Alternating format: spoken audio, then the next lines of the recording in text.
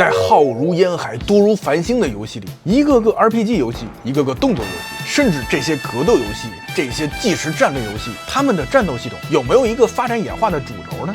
其实大部分人都会把战斗系统分为回合、计时，但是太笼统。游戏是一种整体体验啊，战斗系统是大部分游戏中最重要的交互体验。所以，我们如果从交互层面来看，把战斗系统分为时间结构、空间结构和操作结构来说，可能会更明确一些。虽说所有游戏都有时间、空间和操作，但是从体验的侧重点来说，给玩家的感觉却是完全不一样的。比如，先从时间结构来看，游戏中的时间和现实中的时间如果毫无关系，那就是纯回合制战斗。只要我不操作，战斗 BGM 响一天都没事儿。这种纯回合制的战斗体验中，如果想让玩家觉得有趣、有压力、有意思，就必须得给战斗增加各种属性和增加各种状态。物理攻击对应物理防御，魔法攻击对应魔法防御，还有麻痹、致盲、沉默、睡眠、石化等等等等。这个时候，玩家就不得不在战斗中准备大量的道具、魔法，对应不同的敌人。久而久之，不仅战斗时间越来越久，而且操作体验也变成了玩家和游戏菜单的交流。战斗慢慢会成为一种折磨。但如果没有这些状态，战斗又会无聊。那么考虑在回合制游戏中加入一些时间流逝呢？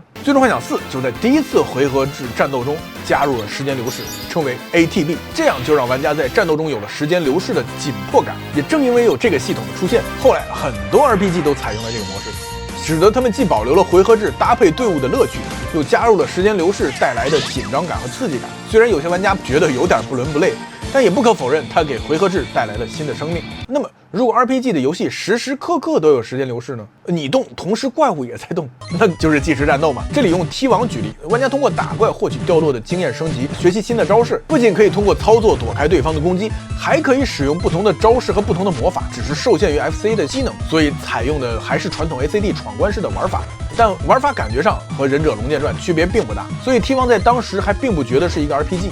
之所以让大多数玩家以回合制和计时制区分战斗的系统的原因，主要是这两大古早的游戏了。超级玛丽、魂斗罗、影子传说虽然都碰着就死，但是通过操作能够躲开攻击。最终幻想、勇者斗恶龙就是你打我一下，我打你一下。不过从程序来看，以时间结构分类的回合制和计时制本质上没有区别。所有的游戏都是循环电路，电流每经过一次循环才能做一次计算，每次循环你都可以认为是一个回合。而游戏又在普通的电路基础上增加了前端显示循环，后端电路循环则变成了计算。古早电视机在显示图片的时候，每一帧都需要实实在在的画出一个一个像素点，在每画出一帧之后，后端的电路也要把计算好的下一帧内容告诉给前端，每一帧也都可以看作一个游戏的回合。所以从另一个方面来说，计时战斗本质上就是高速回合制。所以在众多游戏中，碰撞及掉血的计时类操作方式，需要让游戏机的核心计算芯片在程序的每一帧中都要计算碰撞。在这个场景中，所有怪物和主角都有一个碰撞框，同时在家用机内存中需要时时刻刻维护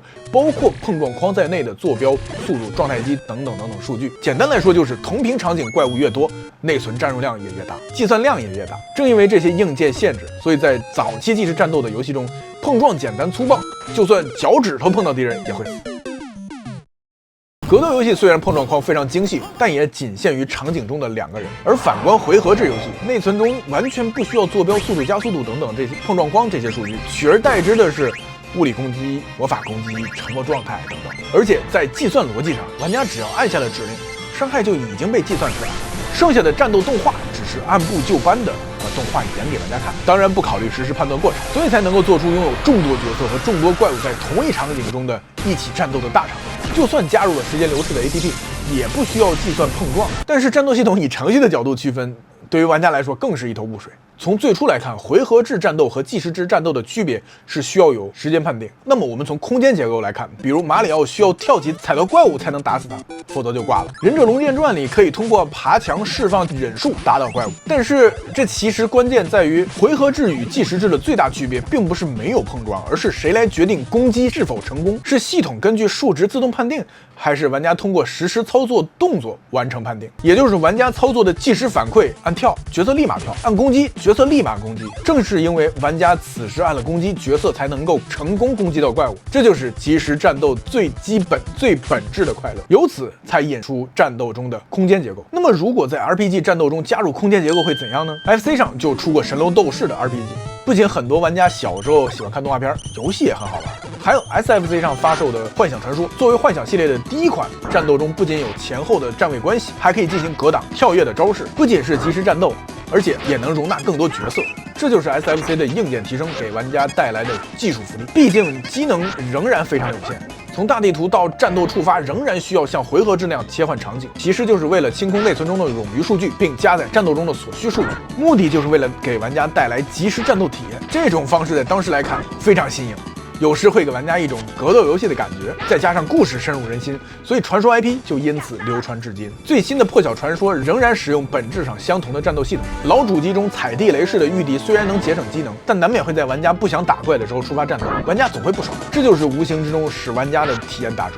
而战斗打完了之后，也得播放一下胜利动画和战斗结算，然后把场景再切换回大地图，无形之中又拖慢了游戏节奏。虽然每次消耗时间并不多，但积累起来总会疲惫。如果不切换战斗场景行不行呢？在 PlayStation 平台上发售的唯一一款发米通满分游戏《放浪冒险盘》，就是加入空间结构的回合制游戏，并且没有切换战斗场景。这个设计继承 Square 自家继承前夜1的战斗系统，根据玩家武器的不同，确定玩家的攻击范围球。如果怪物在攻击范围球内，就可以攻击，甚至范围精确判定到怪物的具体部位。表面上看，这似乎是一个即时战斗，而且似乎可以通过自身攻击范围来缩小游戏机的计算压力。但这只是表面上看起来而已，实际上它仍然是个回合制游戏。只要我呼出了菜单，不选择具体攻击部位的时候，时间可以一直暂停。表面上我可以在场景中四处走动，但是怪物一旦攻击，那么时间就暂停。表面上的计时制，实际上的体验却是回合制。这种战斗体验也拖慢了游戏的节奏。很多玩家可能也不太明白游戏的节奏，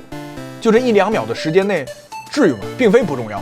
首先，游戏、电影甚至小说、音乐能让玩家把时间花在上面，最关键的原因就是让玩家忘掉现实中正坐在沙发上的自己，从而让他们心理上进入场景、进入音乐，使自己的情感被主角、被故事、被旋律感动。如果有大量的时间花费在场景切换效果中，即使是1-2秒，也会因为次数过多，从而导致玩家从故事中抽离出来，发现自己本身就在现实生活中，从而中断游戏体验。就在传说系列最新的破晓传说中，不仅能在大地图上看到怪物，战斗场景也切换得更快，几乎不用等待，但带来了新的问题。我都看到怪物了，为什么不能直接打呢？你看，新问题又导致了玩家回想起了现实中的自我，从而中断了代入感。所以开发者们为了不让玩家中断这种代入感，让玩家通过自身的操作感时时刻刻保持在游戏中，越来越多的开发者希望选择即时战斗，增加玩家的即时反馈。当然，带来根本变化的关键还是硬件。PC 上的 Diablo 1正是如此，就是它让玩家直接点击怪物进行攻击，不再切换战斗界面，角色的战斗与玩家的操作第一次真正融合到了一起。正因为 PC 的硬件基础，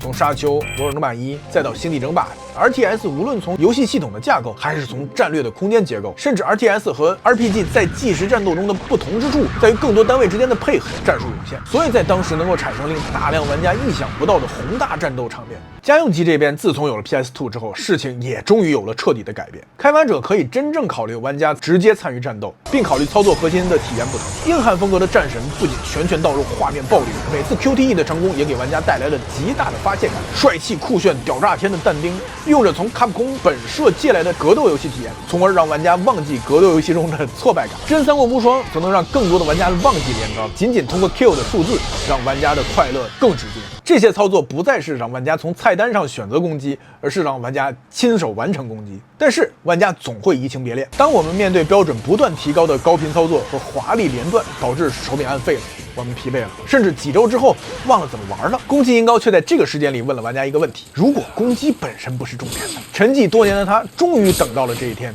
他让玩家在战斗中学会等待。等待的目的就是让玩家重新找到回合制游戏的思考。黑魂开始强调观察、距离、